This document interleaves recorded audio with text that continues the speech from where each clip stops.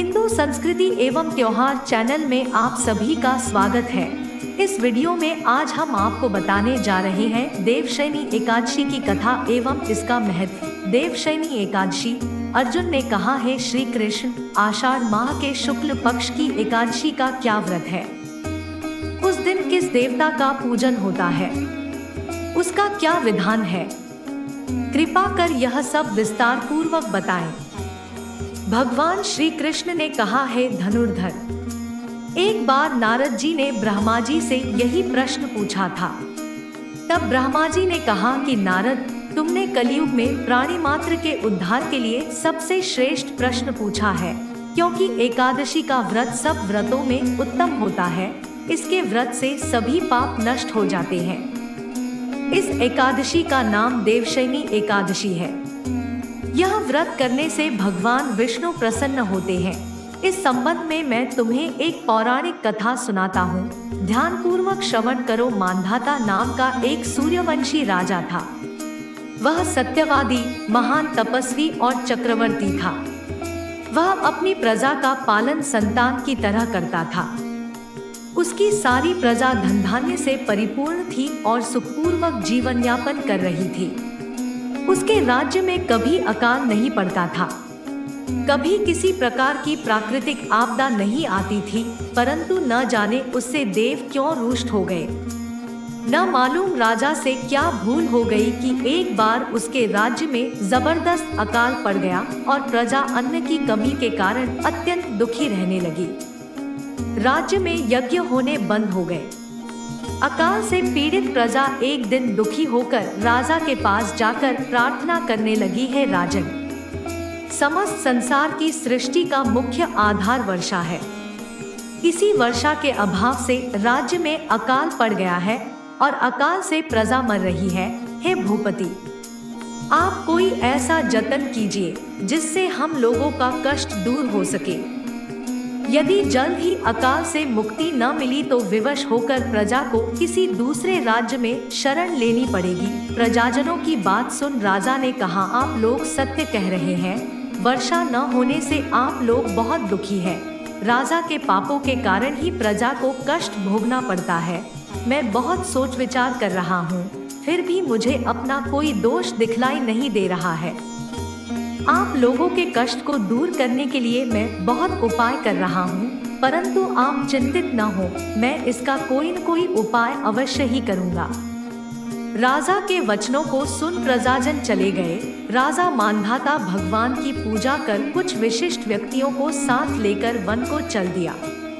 वह ऋषिमुनियों के आश्रमों में घूमते घूमते अंत में ब्रह्मा जी के मानस पुत्र अंगिरा ऋषि के आश्रम पर पहुंच गया। रथ से उतरकर राजा आश्रम में चला गया। वहां ऋषि अभी नित्य कर्म से निवृत्त ही हुए थे कि राजा ने उनके सम्मुख पहुंचकर उन्हें प्रणाम किया। ऋषि ने राजा को आशीर्वाद दिया, फिर पूछा, है राजन, आप इस स्थान पर किस प्रयोजन से पधारे हैं? सो कहिए। राजा ने कहा, है महर्षि, मेरे राज्य में 3 वर्ष से वर्षा नहीं हो रही है। इससे अकाल पड़ गया है और प्रजा कष्ट भोग रही है। राजा के पापों के प्रभाव से ही प्रजा को कष्ट मिलता है, ऐसा शास्त्रों में लिखा है। मैं धर्मानुसार राज्य करता हूँ, फिर यह अकाल कैसे पड़ गया इसका मुझे अभी तक पता नहीं लग सका। अब मैं आपके पास इसी संदेह की निवृत्ति के लिए आया हूँ। आप कृपा कर मेरी इस समस्या का निवारण कर मेरी प्रजा के कष्ट को दूर करने के लिए कोई उपाय बतलाइए। सब वृत्तांत सुनने के बाद ऋषि ने कहा, है नृपति, इस सतयुग में धर्म के चारों चरण सम्मिलित हैं। यह युग सभी युगों में उत्तम है। इस युग में केवल ब्राह्मणों को ही तप करने तथा वेद पढ़ने का अधिकार है, किंतु आपके राज्य में एक शूद्र तप कर रहा है। इसी दोष के कारण आपके राज्य में वर्षा नहीं हो रही है। यदि आप प्रजा का कल्याण चाहते हैं तो शीघ्र ही उस शूद्र का वध करवा दें। जब तक आप यह कार्य नहीं कर लेते तब तक आपका राज्य अकाल की पीड़ा से कभी मुक्त नहीं हो सकता। ऋषि के वचन सुन राजा ने कहा, है मुनिश्रेष्ठ, मैं उस निरपराध तप करने वाले शूद्र को नहीं मार सकता। किसी निर्दोष मनुष्य की हत्या करना मेरे नियमों के विरुद्ध है। और मेरी आत्मा इसे किसी भी स्थिति में स्वीकार नहीं करेगी। आप इस दोष से मुक्ति का कोई दूसरा उपाय बतलाइए। राजा को विचलित जान ऋषि ने कहा, हे राजन, यदि आप ऐसा ही चाहते हो तो आषाढ़ माह के शुक्ल पक्ष की देवशयनी नाम की एकादशी का विधान पूर्वक व्रत करो। इस व्रत के प्रभाव से तुम्हारे राज्य में वर्षा होगी और प्रजा भी पूर्व की भांति सुखी हो जाएगी, क्योंकि इस एकादशी का व्रत सिद्धियों को देने वाला है और कष्टों से मुक्त करने वाला है। ऋषि के इन वचनों को सुनकर राजा अपने नगर वापस आ गया और विधान पूर्वक देवशयनी एकादशी का व्रत किया। इस व्रत के प्रभाव से राज्य में अच्छी वर्षा हुई और प्रजा को अकाल से मुक्ति मिली। इस एकादशी को पद्मा एकादशी भी कहते हैं। इस व्रत के करने से भगवान विष्णु प्रसन्न होते हैं।